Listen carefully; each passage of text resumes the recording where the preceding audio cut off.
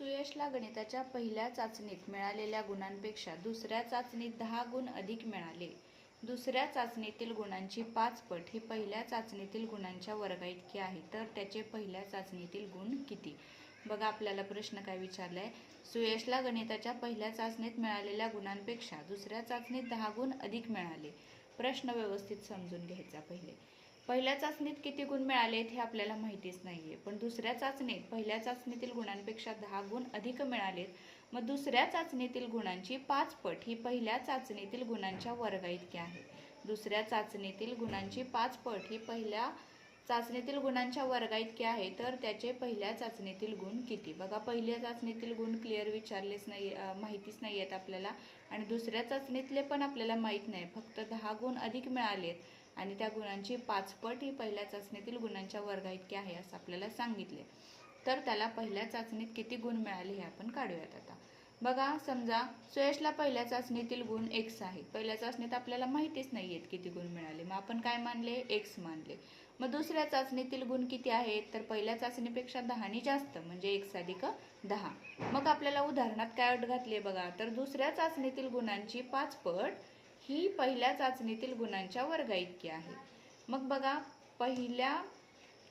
दुसऱ्या चाचणीतील गुणांची 5 पट ही पहिल्या चाचणीतील गुणांच्या वर्गा इतकी आहे. मग 5 पट म्हणून 5 गुणिले x अधिक 10 केलं, बरोबर दुसऱ्या चाचणीतील वर्ग, म्हणजे x चा वर्ग आहे. बघा, 5 पट आहे. पट याचा अर्थ काय करायचा? तर गुणाकार घ्यायचा. मग कशाचा गुणाकार घेतलाय? तर पहिल्या चाचणीतील गुणांच्या.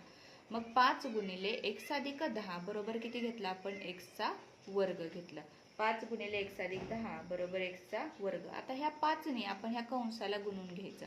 5 गुणिले x किती झाले? 5x झाले. 5 गुणिले x 5x, आणि 5 गुणिले 10 किती झाले? 50. म्हणजे 5x अधिक 50 बरोबर काय झाले? x चा वर्ग. आता हे सगळं आपण डाव्या साईडला घेऊया. x वर्ग, आता हे 5x आहे ते x वर्गाकडे गेल्यानंतर अधिकचे काय होतील? वजा होतील. म्हणजे x वर्ग वजा 5x वजा 50 बरोबर 0. बघा, हे अधिक 5x आहेत आणि अधिक 50x आहेत. हे आपल्याला x कडे न्यायचे. x कडे नेल्यानंतर काय होतील? हे अधिकचे वजा होतील आणि 50चे पण काय होतील? वजा. म्हणजे x वर्ग वजा 5x वजा 50 बरोबर 0. आता हे आपल्याला अवयव पद्धतीने सोडवायचं आहे. आपल्याला समीकरण मिळालं. आता तिसरं पद काय आहे आपलं? तर वजा 50 आहे. वजा 50ची आपल्याला अशी फोड करायची आहे की त्या दोघांची बेरीज किंवा वजाबाकी ही वजा 5 आली पाहिजे आणि गुणाकार मात्र वजा 50 आला पाहिजे. बघा, मी इथं करून दाखवले. ते वजा 50 आहे. 10 गुणिले 5 किती आले? 50. वजा 10 गुणिले 5 वजा 50 आले, आणि वजा 10 अधिक 5 किती येतात रे? तर वजा 5.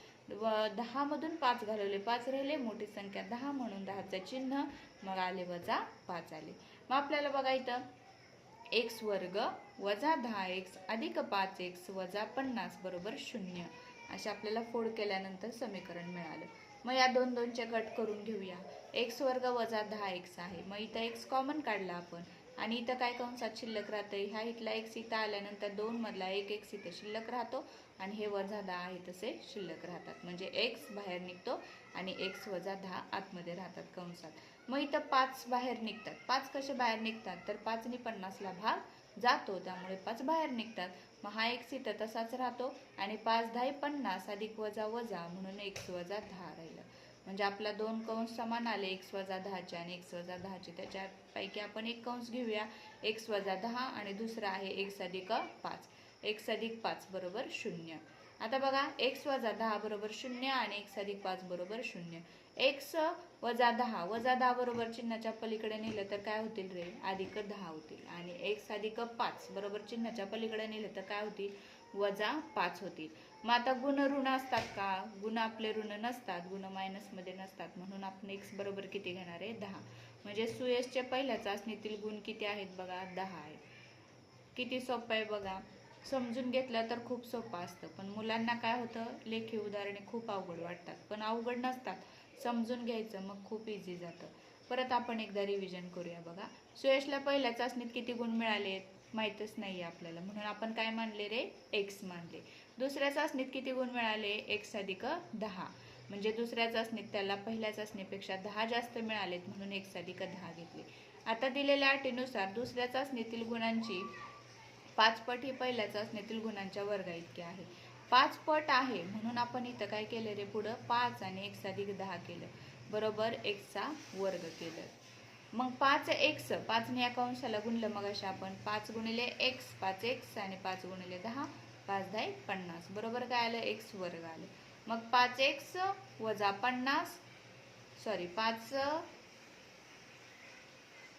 5x अधिक 50 बरोबर x वर्ग आलं. आता हे x वर्गाकडे आपण काय घेतलं रे, x वर्गाकडे हा 5x आणि हा 50ला आपण नेलं, मग इकडं बरोबर चिन्हाच्या पलीकडे नेताना आपल्या अधिकचे काय होतील, वजा होतील, म्हणजे x वर्ग वजा 5x वजा 50 बरोबर 0 झाले. मग इथं आपण मग अशी बघितलं 50ची आपण फोड केली, 10 5 50 आणि 10तून 5 गेले वजा 5 राहतात. मग x वर्ग वजा 10x अधिक 5x वजा 50 बरोबर 0 आणि x कंसात बघा 2 पैकी तर कॉमन आपण x काढला आणि शिल्लक काय राहतं, x अधिक x वजा 10 राहते आणि इथं 5 आपले कॉमन निघतात आणि इथं x वजा 10 राहते. एक कंस मिळाला आपल्याला x वजा 10चा आणि एक कंस मिळाला आपल्याला x अधिक 5चा. मग x वजा 10 बरोबर 0 आणि x अधिक 5 बरोबर 0. x बरोबर आले 10 आणि x बरोबर आले वजा 5. मग वजा 5 ही x ची किंमत असू शकत नाही, कारण ती वजा आली आहे, ऋण आली आहे म्हणून. मग आपले गुण किती असणार आहेत, x बरोबर 10. म्हणजे सुयशला पहिल्या चाचणीत आपल्याला गुण किती मिळालेत, तर 10 गुण मिळालेत. धन्यवाद.